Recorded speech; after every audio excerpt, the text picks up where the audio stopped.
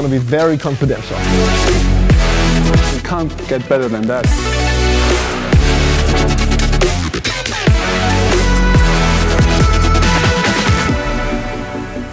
Hi everyone and welcome to the very first episode of EQ Enthusiasts. My name is Dennis. Usually I'm working in the communications department of Daimler, but in this format I take you behind the scenes of Mercedes EQ. I show you the latest innovations and the most fascinating products, plus the people behind them.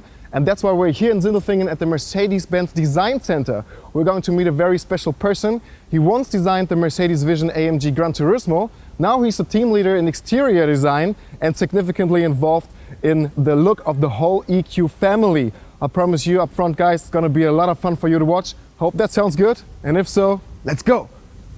Mercedes-Benz is a luxury brand with a huge heritage, that's for sure. But how does luxury and design go together when it comes to electric cars? That's what we'll find out today, and as you can see, it's gonna be very confidential.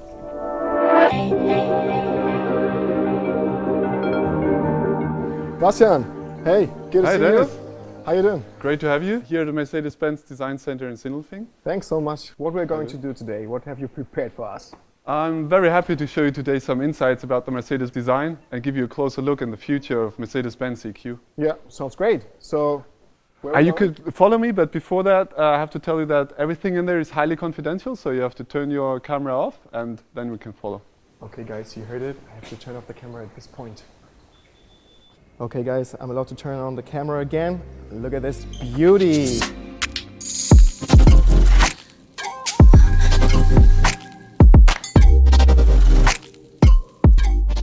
Bastian, where did you take us? So Dennis, now we're in the heart of the design building, more or less. It's one of our design studios.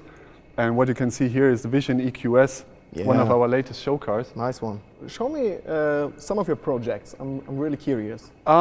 One of a project that I think that was really a childhood dream when PlayStation approached us. Yeah, I actually. want to talk about this one. And I've seen it. they asked us to do a show car for their game Gran Turismo. I mean, a show car for a racing game. You can't get better than that. These tasks you don't even get in university. So we created a car that was really highly efficient. We have active aerodynamics. But this one was built for a combustion engine, right? What about the EQS, the electric S-Class? So we take our inspiration more from electric devices to create a really unique look for the EQ brand. So we have that one bow silhouette describing the sleekness and elegance character of the car. What are the main challenges creating an EQ in comparison to one with a combustion engine? To make that a bit more clear for you, I thought, why not go in here and do a little bit of sketching? Right now? Yeah. For me, I would ask you to sketch some. What does a Mercedes mean to you? What comes into your mind if you think about a Mercedes classical limousine? Classic. Okay, so like S-Class. Like, go ahead, yeah. Don't laugh at me. No, looking good. Go ahead. Yeah? Can I work in your team? Of course, we always need young, talented, motivated designers. Oh man, like a common S-Class. Don't forget the star. Yeah, sure. Okay, now it's finished. What do you think? Okay. I mean, no, I'm being honest, this is exactly what I mean. Like, everybody has a perception of Mercedes in particular. What does it mean to think about Mercedes? And for sure, most of the people think about a normal limousine. And so this time, if it looks like this, or more like the S-Class, you have a long bonnet, which is unique for the combustion engines, and also a long rear overhang, which is specific for the rear-wheel driven cars. But here with the EQ family, of course, we have to rethink everything. We have different technical requirements. It's an electric car. We still want to have people that it is recognizable as a Mercedes for sure, but then bring new elements in that makes it really unique for electric Mercedes.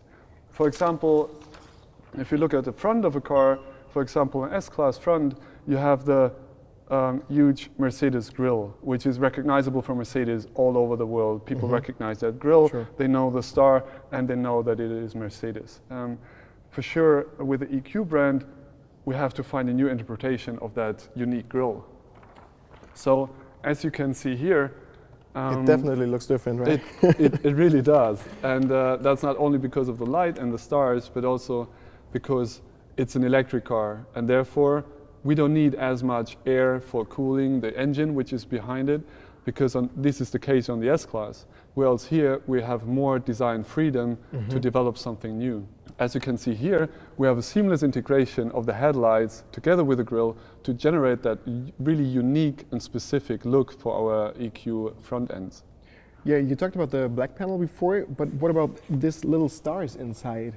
I mean, because it is a show car and we want to play something and want to explore the creative potential of it, we think of, if you think about a black panel, you also think about a screen. And what we did here is how much depth we can give such a surface. So what we have here is a star panel on the front and then having these LEDs to create that more or less infinite grille. Does the final design look like that? Not exactly, but I can't tell you right now. Some kind of. Okay. What else can you show me? So if you look at the side of the car, then you're also going to realize that it's different to The hood not is only to your sketch. Pretty small though. Yeah, the hood is smaller, right. As I said, on the S-Class, you have a long bonnet because there's the engine behind. Like on an electric car, you don't have the engine in the front, and therefore we reduce the front overhang to a minimum and put in the wheels really far out on the corners of the whole car to emphasize the cabin and where the people are gonna sit then. Yeah, but from my point of view, it looks more sporty than the usual S-Class or a saloon. Yeah, for sure. What we tried here is to find a sleek silhouette that is good for aerodynamics and is creating a different character for these cars. So it's more a four-door sports car than a classic limousine.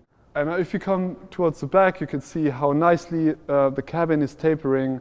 It's on one side good for the aerodynamics and it's sustainable and efficient. At the same time, it allows us as designers to put the cabin on these really nice full shoulders to give the overall car an appearance, a strong appearance on the street and really good stance. Pretty awesome and interesting. Thanks for giving us so many exclusive insights. But as you know, a bit curious and always a bit impatient. Is there something else that you can reveal about the upcoming EQS? Actually, I can't do that. Just one thing, come on. You know, because it's you. Give me a second at the drawing board, I'll be back. Take your time, take your time. So good to see how passionate this guy is. I'm deeply impressed and so thankful for visiting this extraordinary place. It has been a once-in-a-lifetime opportunity and I hope you liked what you have seen. And if so, click on the thumbs up button, leave us a comment below and don't forget to subscribe, share it with your friends. I'm really looking forward to going on with you on the next episode. And there comes the future. Hope you like it. Wow, that's cool. All right, guys, sorry, but you have to stay a little bit more patient. But I think you got some really good insights about Mercedes-Benz design and also the future of the EQ family. I think we really created something special and unique. It's going to be something on the road that you haven't seen before. And stay tuned, and bye-bye. Bye, guys.